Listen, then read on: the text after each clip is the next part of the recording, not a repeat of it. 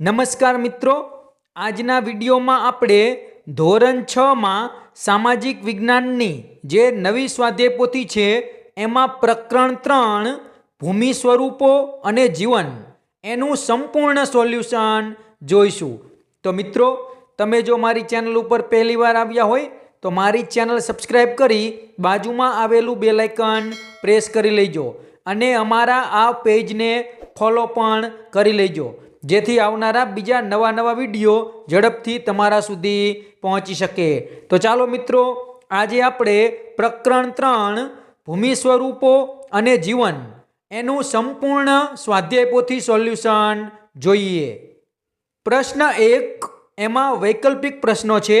એમાં પહેલો પ્રશ્ન, એક વિદ્યાર્થીએ પૃથ્વીની સપાટી પર ઊંચાઈ, ઢોળાવ, સપાટપણું અને માનવ વસાહતોના આધારે વિવિધ પ્રદેશોનું વર્ગીકરણ કર્યું।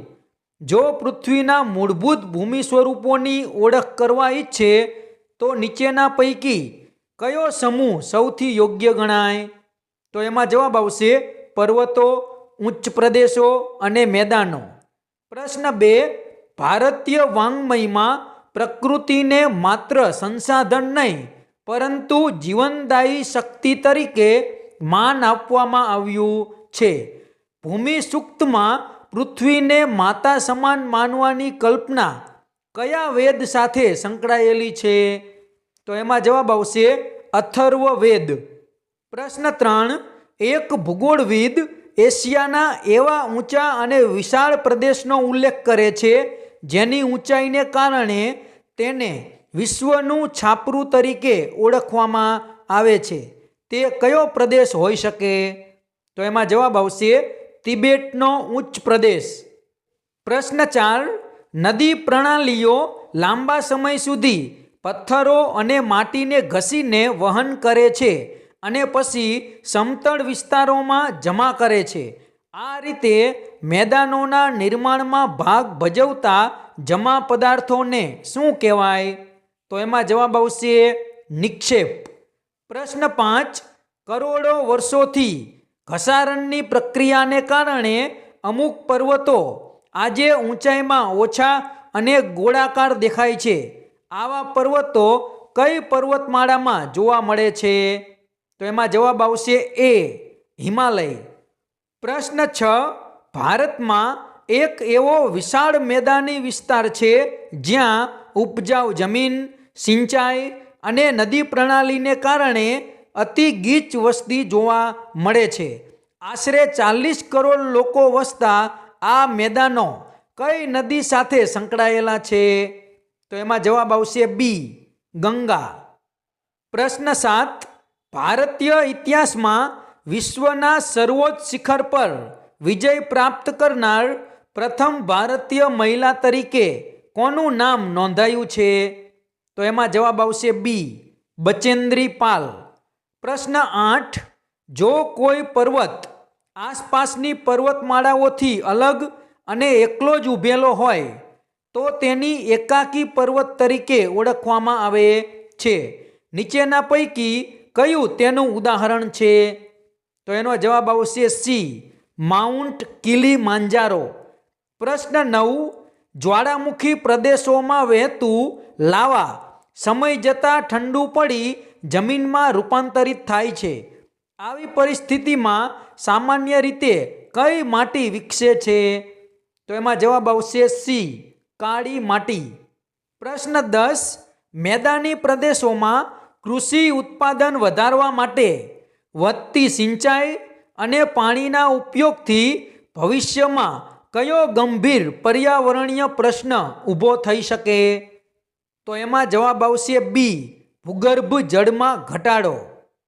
પ્રશ્ન 11, પ્રયાગરાજથી અલ્મોડા તરફ જતા મુસાફરને માર્ગમાં હવામાન, ઊંચાઈ અને ભૂ સ્વરૂપમાં સ્પષ્ટ ફેરફાર અનુભવાય છે। આ પરિવર્તન શું સૂચવે છે? તો એમાં જવાબ આવશે A, મેદાનોમાંથી પર્વત તરફ।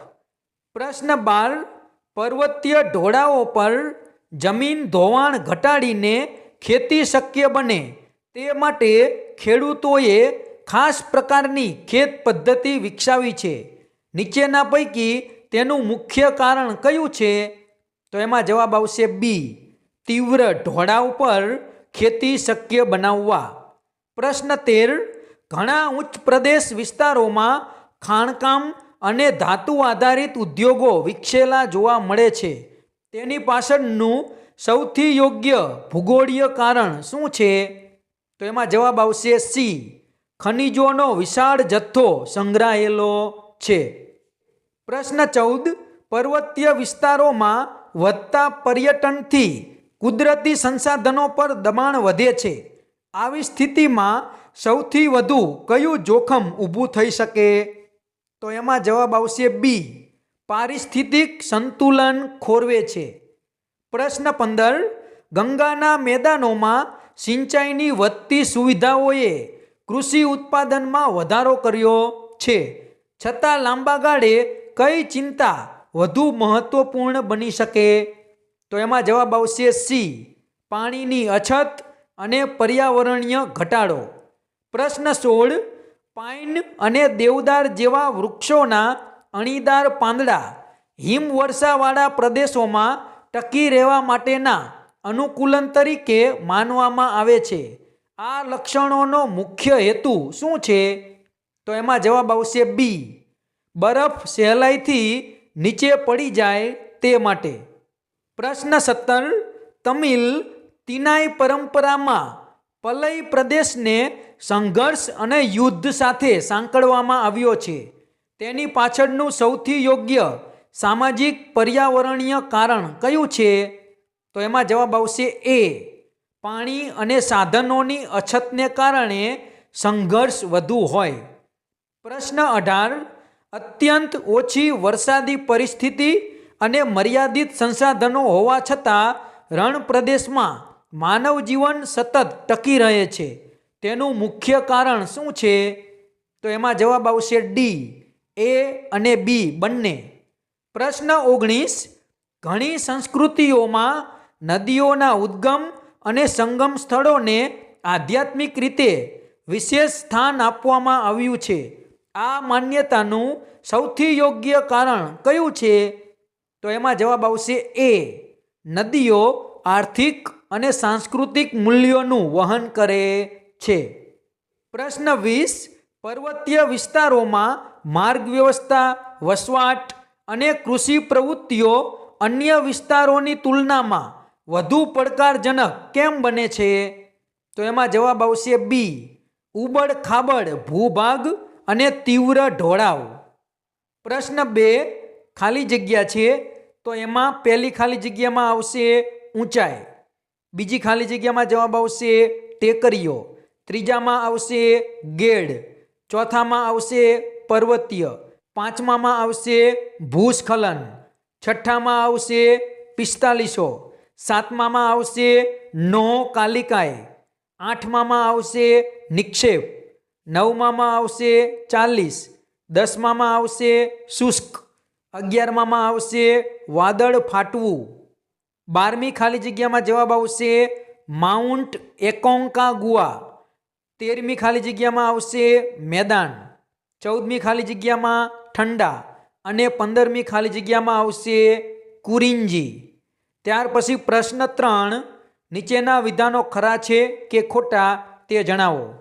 તો પહેલામાં આવશે સાચું, બીજામાં આવશે ખોટું, ત્રીજામાં આવશે સાચું, ચોથામાં આવશે ખોટું, પાંચમામાં આવશે સાચું, છઠ્ઠામાં આવશે ખોટું અને સાતમામાં આવશે સાચું, આઠમામાં આવશે ખોટું, નવમામાં આવશે સાચું, દસમામાં આવશે સાચું, 11મામાં આવશે ખોટું, 12મામાં આવશે ખોટું, 13મામાં આવશે સાચું અને છેલ્લું 14મા વિધાનમાં આવશે ખોટું.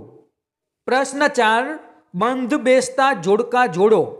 એમાં પહેલાની સામે આવશે ડી, બીજામાં આવશે ઈ, ત્રીજામાં આવશે એ, ચોથામાં આવશે સી અને પાંચમામાં આવશે બી. પ્રશ્ન 5, વર્ગીકરણ કરો. જો આપણને પર્વતો અને પર્વતમાળાનું તેમના ભૌગોલિક સ્થાન મુજબ વર્ગીકરણ કરવાનું કહ્યું છે, તો જુઓ મેં એશિયામાં આવેલા પર્વતો, યુરોપમાં, દક્ષિણ અમેરિકા અને આફ્રિકા એ મુજબ વર્ગીકરણ કરી અને જવાબ લખેલા છે.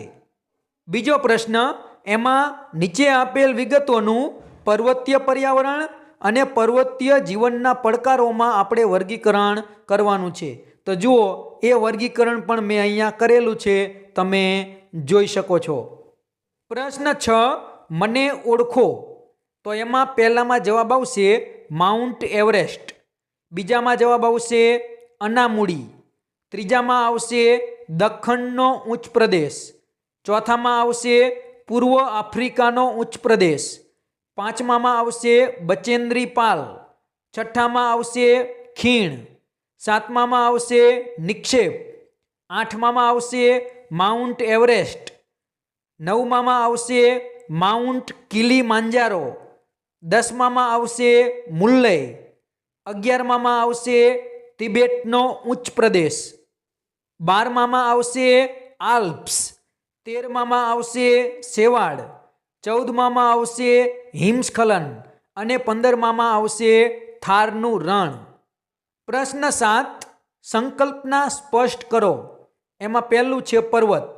તો એમાં જવાબ આવશે આસપાસના પ્રદેશ કરતાં ઘણો ઊંચો અને ઢોળાવ ધરાવતો ભૂમિભાગ પર્વત કહેવાય.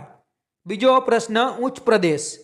તો એમાં આવશે આસપાસના પ્રદેશ કરતાં ઊંચો અને ઉપરથી પ્રમાણમાં સમતળ વિસ્તાર ઉચ્ચ પ્રદેશ કહેવાય. ત્રીજું છે મેદાન. તો એમાં જવાબ આવશે સમતળ અને નીચાણવાળો વિશાળ ભૂમિભાગ મેદાન કહેવાય. ચોથું ટેકરી. તો એમાં જવાબ આવશે પર્વત કરતાં ઓછી ઊંચાઈ ધરાવતો ઊંચો ભૂમિભાગ ટેકરી કહેવાય. પાંચમું છે ખીણ. તો એમાં જવાબ આવશે બે પર્વતો અથવા ટેકરીઓ વચ્ચે આવેલો નીચાણવાળો વિસ્તાર ખીણ કહેવાય. પ્રશ્ન 8, 1-2 વાક્યોમાં ઉત્તર આપો. પહેલો પ્રશ્ન, ભૂમિ સ્વરૂપોના મુખ્ય 3 પ્રકારો જણાવો. તો એમાં જવાબ છે પર્વતો, ઉચ્ચ પ્રદેશો અને મેદાનો. બીજો પ્રશ્ન, નદીઓની ઉપનદી એટલે શું? તો એમાં જવાબ આવશે જે નદી બીજી મોટી નદીને આવીને મળે તેને ઉપનદી કહે છે. ત્રીજું, રણ પ્રદેશ કયા કયા પ્રકારના હોય છે? તો એનો જવાબ છે ગરમ રણ અને ઠંડા રણ. પ્રશ્ન 4, ઉચ્ચ પ્રદેશને ખનિજના ભંડાર કેમ કહેવામાં આવે છે? તો એનો જવાબ છે કારણ કે ઉચ્ચ પ્રદેશોમાં વિવિધ પ્રકારના ખનિજ મોટા પ્રમાણમાં મળી આવે છે. પાંચમો પ્રશ્ન, પગથિયા આકારની ખેતી કયા વિસ્તારમાં થાય છે? તો એનો જવાબ છે પર્વતીય વિસ્તારોમાં પગથિયા આકારની ખેતી થાય છે. છઠ્ઠો પ્રશ્ન, મેદાનોની રચનામાં નિક્ષેપનું કાર્ય કોણ કરે છે? તો એમાં જવાબ આવશે નદીઓ મેદાનોની રચનામાં નિક્ષેપનું કાર્ય કરે છે. સાતમો પ્રશ્ન, બચેન્દ્રી પાલ કયા સાહસ માટે જાણીતા છે? તો એમાં જવાબ આવશે માઉન્ટ એવરેસ્ટ સર કરનાર પ્રથમ ભારતીય મહિલા તરીકે બચેન્દ્રી પાલ જાણીતા છે. આઠમો પ્રશ્ન, તિનાઈ એટલે શું? તો એનો જવાબ આવશે પ્રાચીન સંગમ સાહિત્યમાં જમીન અને પ્રકૃતિના આધારે 5 મુખ્ય ભૂમિ પ્રદેશોને તિનાઈ કહેવામાં આવે છે.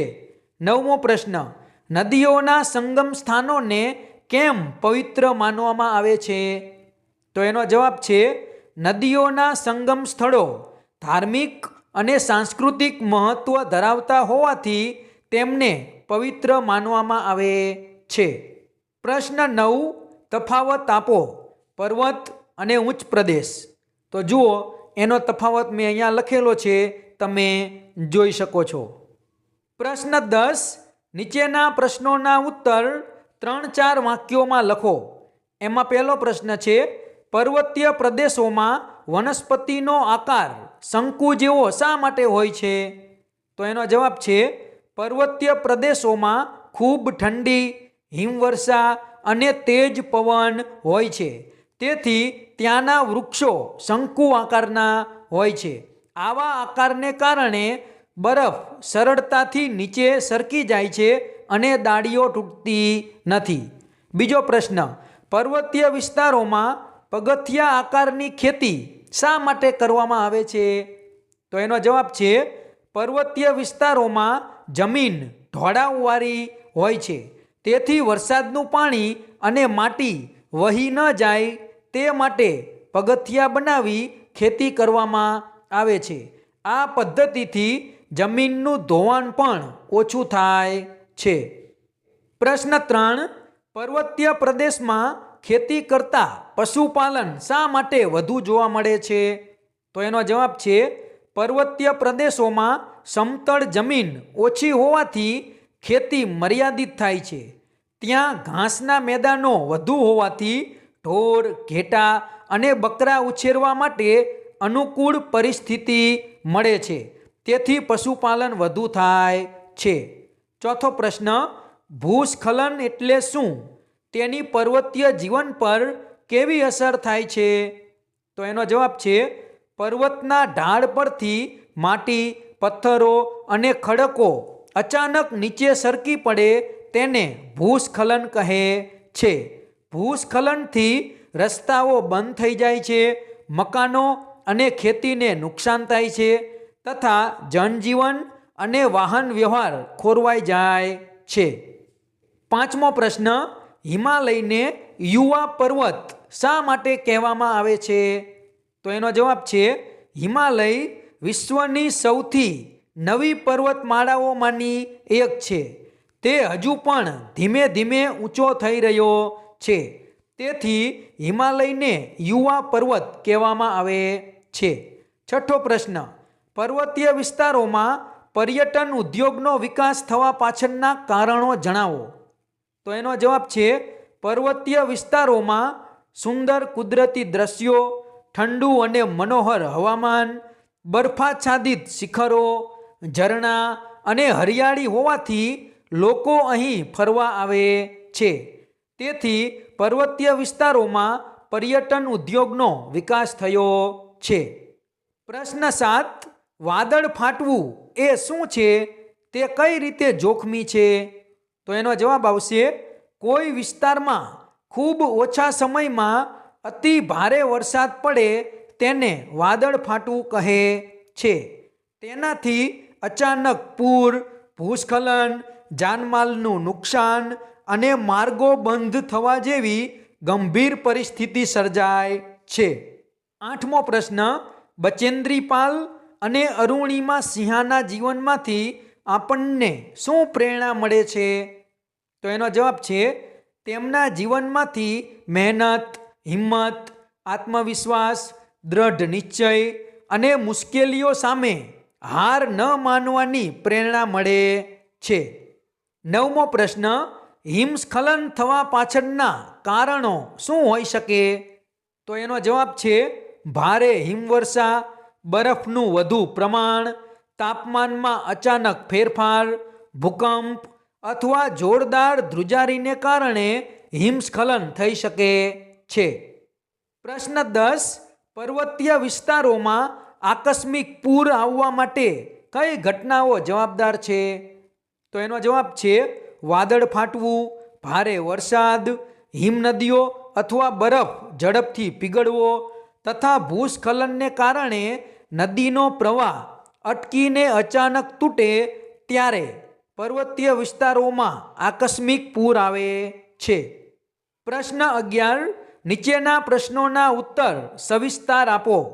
એમાં પહેલો પ્રશ્ન છે, પર્વતીય પ્રદેશોમાં લોકોના જીવનમાં કેવા પ્રકારના પડકારો હોય છે? તો જુઓ, એનો જવાબ મેં અહીંયા લખેલો છે. પ્રશ્ન 2, મેદાનો ખેતી અને વસવાટ માટે કેમ આદર્શ ગણાય છે? તો જુઓ, એનો જવાબ પણ મેં અહીંયા લખેલો છે. ત્રીજો પ્રશ્ન, ઉચ્ચ પ્રદેશની વિશેષતા અને તેના આર્થિક મહત્વ વિશે જણાવો. તો જુઓ, એનો જવાબ પણ અહીંયા મેં લખેલો છે. તમે જોઈ અને લખી શકો છો.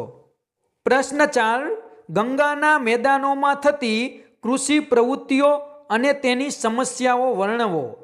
તો જુઓ, એનો જવાબ મેં અહીંયા મૂકેલો છે. તમે લખી લો. પ્રશ્ન 5, રણ પ્રદેશના લોકોની સાંસ્કૃતિક પરંપરાઓ વિશે નોંધ લખો. તો એનો જવાબ પણ અહીંયા લખેલો છે. તમે વિડીયો સ્ટોપ કરી અને આનો જવાબ લખી શકો છો. પ્રશ્ન 12, નીચે આપેલ દુનિયાના રેખાંકિત નકશામાં આપેલ સ્થળોનો નામ નિર્દેશ કરો. તો જુઓ, બધા સ્થળો મેં અહીંયા નકશામાં દર્શાવેલા છે, તમે જોઈ શકો છો. પ્રશ્ન 13, માગ્યા મુજબ પ્રવૃત્તિ કરો. જો આપણને પહેલો પ્રશ્ન છે કે નકશા અવલોકન. આપણને પાઠ્યપુસ્તકના પાના નંબર 45 ઉપર આકૃતિ આપેલી છે 3.3. એમાં આપણે પર્વતોને ઊંચાઈના ક્રમમાં ગોઠવવાના છે. તો જુઓ, મેં બધા પર્વતો ઊંચાઈ પ્રમાણે ગોઠવેલા છે, તમે જોઈ શકો છો. પ્રશ્ન 2, કાલ્પનિક મુલાકાત. ધારો કે તમે હિમાલયના કોઈ ઊંચા પર્વતીય ગામમાં રહેવા જઈ રહ્યા છો. ત્યાં તમારે ઠંડીથી બચવા અને જીવન જીવવા માટે કઈ કઈ ચીજ વસ્તુઓ સાથે રાખવી પડશે અને કેવા પ્રકારના ખોરાકની જરૂર પડશે તેની એક યાદી બનાવો. તો જુઓ, મેં અહીંયા યાદી બનાવેલી છે, તમે જોઈ શકો છો. ત્રીજો પ્રશ્ન, ચર્ચા સભા કે વર્ગખંડમાં 5 વિદ્યાર્થીઓના જૂથ બનાવો અને પર્વતીય જીવનના પડકારો વિષય પર ચર્ચા કરો. આ આપત્તિઓ સમયે તમે લોકોને કઈ રીતે મદદરૂપ થઈ શકો તેના 2 ઉપાયો જણાવો. તો જુઓ, મેં ઉપાયો અહીં લખેલા છે, તમે જોઈ અને લખી શકો છો. તો મિત્રો, આ હતું પ્રકરણ 3નું સંપૂર્ણ સ્વાધ્યાયપોથી સોલ્યુશન. જો આ વિડીયો તમને પસંદ આવ્યો હોય તો વિડીયો જરૂરથી લાઈક કરજો, તમારા બીજા મિત્રોને શેર કરજો અને તમે જો મારી ચેનલ ઉપર પહેલીવાર આવ્યા હોય તો મારી ચેનલ સબસ્ક્રાઈબ કરી બાજુમાં આવેલું બેલ આઇકન પ્રેસ કરી લેજો અને અમારા આ પેજને જરૂરથી ફોલો કરી લેજો, જેથી આવનારા બીજા નવા વિડીયો ઝડપથી તમારા સુધી પહોંચી શકે. તો મિત્રો, વિડીયો લાઈક કરવાનું ભૂલતા નહીં અને આ વિડીયો કેવો લાગ્યો એ તમે ચોક્કસથી કોમેન્ટમાં જણાવજો. Thank you.